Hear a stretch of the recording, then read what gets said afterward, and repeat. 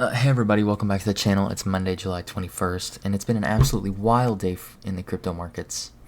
Ethereum just broke a major milestone, and big players like Strategy and BitGo are making power moves. There's a ton to unpack today, so let's break it down in plain English and talk about what these headlines actually mean for crypto investors like you and me. Right now, Bitcoin is trading from around 116,000 to 120,000, still holding strong after blasting past the 122,000 mark earlier this week or last week.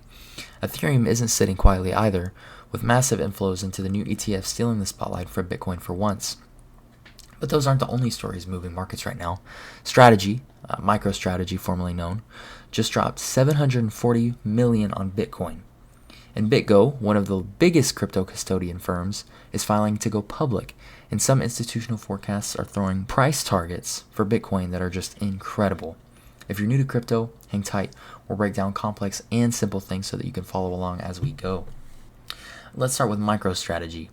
Strategy has acquired an additional 6,220 Bitcoin for approximately 739 million at an average price of around 118,940 per Bitcoin.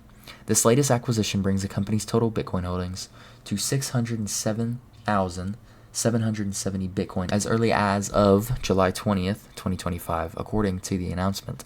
The total holdings were acquired for approximately 43.61 billion, bringing the average price of the entire Bitcoin stack to 71,756 per coin. What this article is saying, an unrealized profit of nearly 28 billion. This continued accumulation by a major corporate entity is often interpreted by traders as a strong long-term bullish indicator for Bitcoin's value, reinforcing their strategy despite purchasing at a higher price point. For context, there are only 21 million Bitcoins that ever will exist, and Strategy owns nearly 3% of that entire supply. Now, how are they paying for all this? Is there something called an ATM offering? No, that's not a cash machine. It stands for an at-the-market offering. Basically, they sell new shares of their stock at the current market price, kind of like printing fresh equity, and then use the cash to buy more Bitcoin. Smart? Maybe. Risky? Definitely. If the price of their stock drops too close to their actual asset value, what's called NAV, they could get stuck. Some analysts are raising red flags saying this model is sustainable only as long as both the stock price for Bitcoin stay up. Stock price and Bitcoin stay up, sorry. And if it turns, things could get quite ugly. This accumulation not only highlights MicroStrategy's commitment to Bitcoin as a core treasury asset, but also signals strong confidence in Bitcoin's long-term value amid fluctuating market conditions. If you're a trader or a chart watcher, this is a clear sign that major players are still all in on Bitcoin, but that doesn't mean they're immune to risk if either markets of their own shares tumble. Meanwhile, Ethereum, having a moment of its own, according to CoinShares and Decrypt, Ethereum ETFs eclipsed Bitcoin's ETFs for a day last week, pulling in more than 600 million in net inflows. That's one of the highest one-day ETF inflows in crypto history.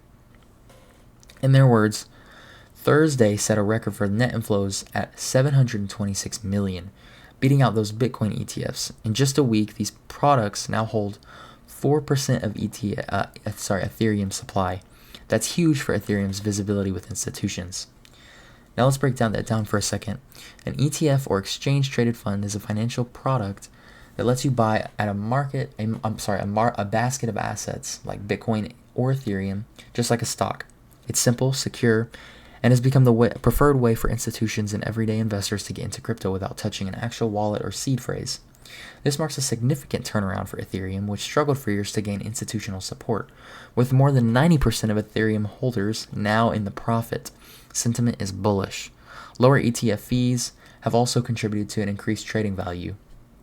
And these inflows matter. When ETFs buy, the underlying asset often gets bought too, reducing supply and driving up the price. If you always saw Ethereum as the number 2 coin, those dynamics could be changing. There's more mainstream demand than ever, and where the big money goes, price movement often follows. Next up, we have a story about BitGo. One of the largest crypto custodians in the world is preparing to go public. They've confidentially filed for an IPO in the United States. And BitGo's a serious player. BitGo A major crypto custody firm has filed confidentially with regulators for an initial public offering, the IPO, in the U.S. The move comes on the heels of Circle's blockbuster debut, which saw the USDC operator valuation surge. BitGo has doubled its assets under custody to over $100 billion in the past year. BitGo's IPO marks the latest sign of the digital asset sector growing maturity and acceptance among traditional investors. Crypto custodians are seen as the backbone of institutionally driven adoption, providing secure, regulated storage solutions for everything from hedge funds to Fortune 500 treasuries. For those in traditional finance, this moves the needle. BitGo's IPO isn't just about crypto, it's about digital assets entering the same playing field as banks and brokerages. Now here's where things get kind of spicy. Institution predicts forecast of a 917,000 Bitcoin price by next cycle on average. That's nuts. Analysts cite increased ETF flows, constrained supply, and wider acceptance by foreign wealth funds as key drivers. These are among the most average forecasts yet seen for Bitcoin's price potential in the coming years. While there's no guarantee these lofty prices will materialize, the fact that institutional consensus has moved so dramatically is a sign that just how much the market has changed in the last few years. Whether you're an optimist or a skeptic, this shift from big institutions means crypto is being viewed less as a gamble and more like an asset class, at least in boardrooms and trading desks. Alright, so what does all this mean for the crypto market? Big institutional players like Strategy are doubling down on Bitcoin, betting the house that Bitcoin is digital gold. Ethereum is also finally starting to catch up in the eyes of institutions, with ETFs piling in monster money. Meanwhile, companies like BitGo are stepping into the public spotlight, which shows that traditional finance is finally making room for digital assets.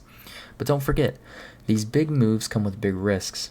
If Bitcoin or Ethereum drop significantly, firms with too much exposure could get pressured to sell. Market volatility is a part of the game, even in more mature phases of the crypto market.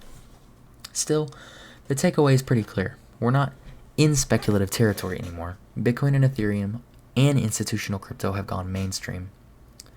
Anyways, guys, if you found this helpful, hit the like button, drop a comment. Let me know, do you guys think Bitcoin hits 1 million next cycle? I think that's kind of lofty, but let me know what you guys think. And don't forget to hit subscribe for more crypto breakdowns without the hype. Until next time, stay smart, stay safe, and stack wisely.